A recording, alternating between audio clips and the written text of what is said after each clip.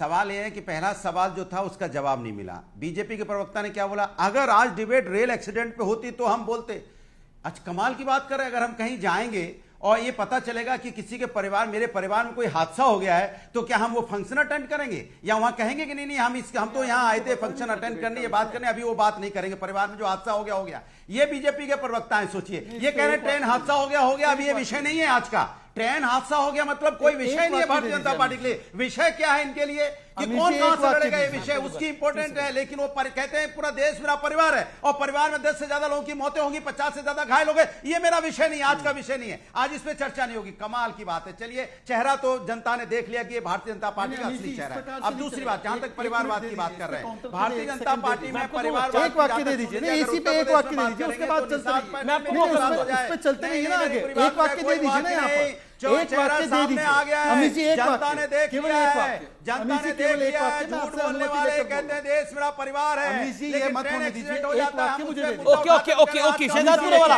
अब आपने अपनी बात को 1.5 मिनट रख लिया। अब शहजाद पूनावाला के 30 सेकंड है। शहजाद पूनावाला, एक वाक्य मुझे दे दीजिए। अच्छा ठीक है, ही वांट्स टू रिस्पॉन्ड। अनुराग, आप ही के बता रहा हूं, पहले 30 सेकंड बोलने दीजिए इनको। Okay, audio down. Shahzad 30 second. Amish ji, जब आपने इस विषय को तय किया कि आज डिबेट इस चर्चा पे होगी, तो अगर इनको लगता है कि और किसी विषय पर डिबेट नहीं होनी चाहिए, तो आज जुड़े क्यों? अनुराग भदौरिया इस डिबेट में आए क्यों? क्या उनको बताया नहीं था आपके गेस्ट टीम ने कि किस बिल्कुल विषय पे? नहीं, जानकारी देते हैं तो उनको पता था। आपको तो ये इतने नहीं, मुझे भी पता था, आचार्य जी को भी पता था। तो मुझे लगता है कि ये तो सबसे बड़ी बेशर्मी है कि अनुराग भदौरिया जिस मामले पर हम लोग को एक मत होना चाहिए, उस पर राजनीति करने के लिए आज डिबेट पे आए।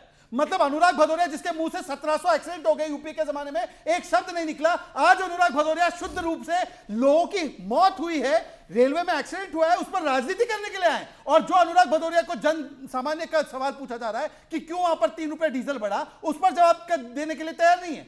अनुराग भदौरिया यह बताने के लिए तैयार नहीं है कि 1 लाख रुपए कब जमा होंगे महिलाओं के अकाउंट में। वो जन समस्याएं उस पर बोलने को तैयार नहीं है। मतलब शुद्ध राजनीति करने के लिए अनुराग भदौरिया अनुराग भदौरिया क्या प्योर पॉलिटिक्स करने के लिए आए हैं? क्योंकि ट्रेन हादसा हुआ, वो दुखद है और उसकी संवेदना है।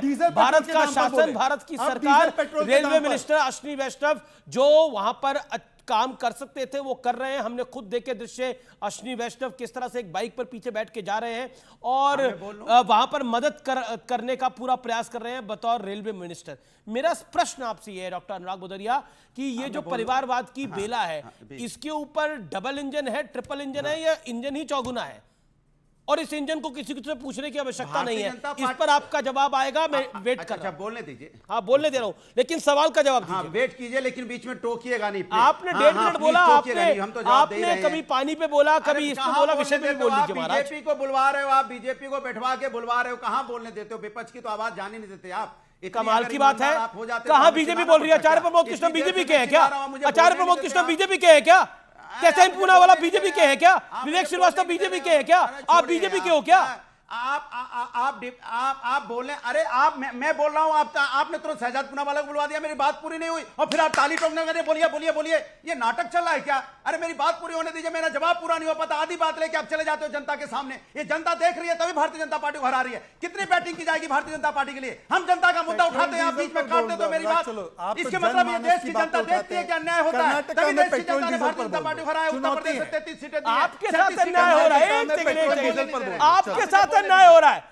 जनता जानती है कौन न्याय करता है, कौन अन्याय करता है, और जनता यह भी जानती है कि कौन बोलने के बाद चुप ही नहीं होता, उसकी रेलगाड़ी रुकती नहीं है, ब्रेक ही नहीं लगती। लेकिन बोलिए, अब अपनी बात को रखिए 50 सेकंड। मैं बोला भी नहीं और रेलगाड़ी रुकती नहीं है। अब मैं बोलो, देखिए सवाल यह है कि इन्होंने परिवारवाद की बात की। बताइए, भारतीय जनता पार्टी में परिवारवाद बताऊं आपको, इनको सत्ता से मतलब है, जहां सत्ता की जरूरत होती है वहां सबको गले लगाते हैं। उत्तर प्रदेश के अंदर में अपना दल को गले लगाएं, परिवारवादी पार्टी है। यहाँ पे निषाद पार्टी को अपने गले लगाएं, राजभर जी को अपने गले लगाएं, वहां से शिवसेना को अपने गले लगाएं, एनसीपी को अपने गले लगाएं। और जब इनको सत्ता बनाने के लिए जम्मू कश्मीर में पड़ती है तब भी पीडीपी के साथ बना लेते हैं। आज चिराग पासवान को साथ अपने गले लगाएंगे, परिवारवादी नहीं है। जब इनको सत्ता की जरूरत होती है तो चौटाला भी ले आते हैं। आज देखिए टीडीपी के साथ भी है। और अगर इनके अंदर में झांक के देखेंगे तो राजनाथ सिंह के बेटा यहाँ परिवारवाद से नहीं आता।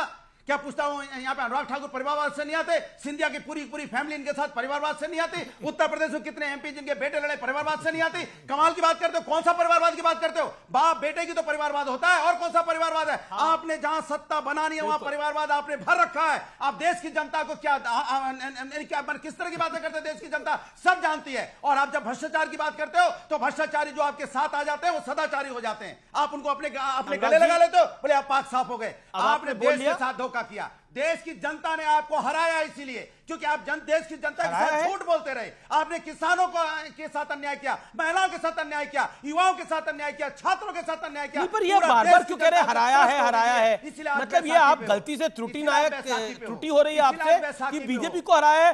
बीजेपी की 240 सीटें हैं, इंडिया अलायंस की सारी पार्टियों को बुला ले तब भी वो बीजेपी के मुकाबले कहीं खड़ी नहीं होती। बीजेपी हारी कैसे है? मतलब मैं जानना चाह रहा हूं। एक नहीं मिली, हारी कैसे बीजेपी? हाँ 240 272 चाहिए होते ना, 272 चाहिए होते ना, 240 पे जनता ने लाके रोक दिया है। और आमिर जी अगर चुनाव दोबारा हुआ तो 40 सीटें नहीं आएंगी इनकी, मैं लिख के दे रहा हूं, आप कहीं लिखवा लीजिए स्टाम्प पेपर पे। भारतीय जनता पार्टी को जनता देश की देखना नहीं चाहती है, देखना नहीं चाहती क्योंकि ये जनता तो फिर के अभी साथ तो नहीं चुनाव खड़े, हुआ है, आप ये देश सत्ता में के कौन साथ चुनाव खड़े। थोपना चाहते बैसाखी पे हैं? आके आप कह रहे हैं दोबारा चुनाव करवा लीजिए, दोबारा मतलब इतना खर्चा दोबारा करवा लीजिए।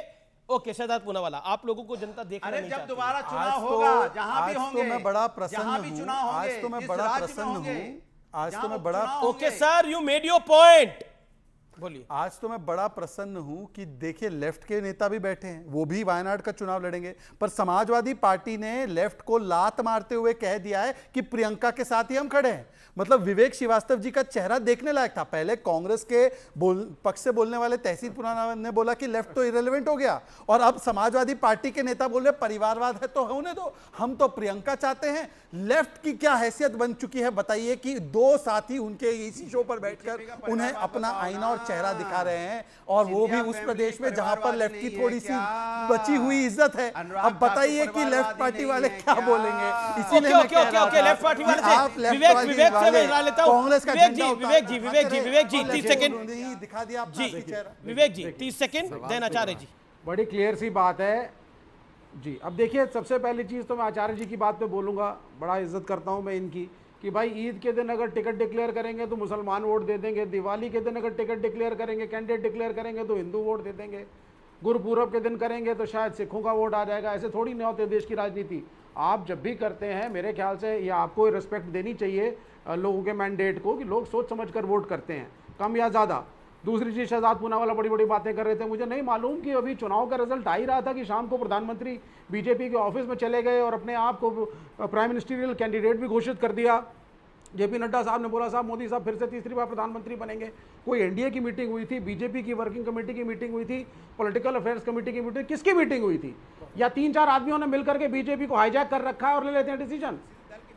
और आपने ये आचार्य प्रमोद कृष्णन जी ने ये भी एक बात कही, बोला साहब हिंदुओं को देख करके राजी नहीं है कांग्रेस, पता नहीं कैसे कह रहे हैं और किस आधार पे कह रहे हैं। अयोध्या, चित्रकूट, नासिक, जितने हिंदुओं के तीर्थ स्थल हैं, हर जगह बीजेपी को नकारा गया है। इंडिया गठबंधन, इंडिया अलायंस की पार्टियां वहाँ पे जीती हैं। समाजवादी पार्टी और कांग्रेस ने एक अच्छा प्रदर्शन करा उत्तर प्रदेश में। तो इन चीजों को हमें रियलाइज करना चाहिए। आप ब्रश डाउन नहीं कर सकते। Acharya Pramod Krishna, okay you made your point Vivek ji. Acharya Pramod Krishna make your point. Amish ji, पहली बात तो विवेक जी बहुत ही दानिश्वर इंसान है। मैंने 3 बातें कही, तथ्यों के आधार पर की, मेरा इसमें कुछ नहीं है। पहली बात मैंने कहा कांग्रेस पार्टी के अंदर प्रियंका गांधी सबसे ज़्यादा लोकप्रिय नेता है, उनको पार्टी का चेहरा बनाना चाहिए और उनको कांग्रेस की अध्यक्षता सौंपनी चाहिए, ना कि बाई इलेक्शन में वायनाड से टिकट देना।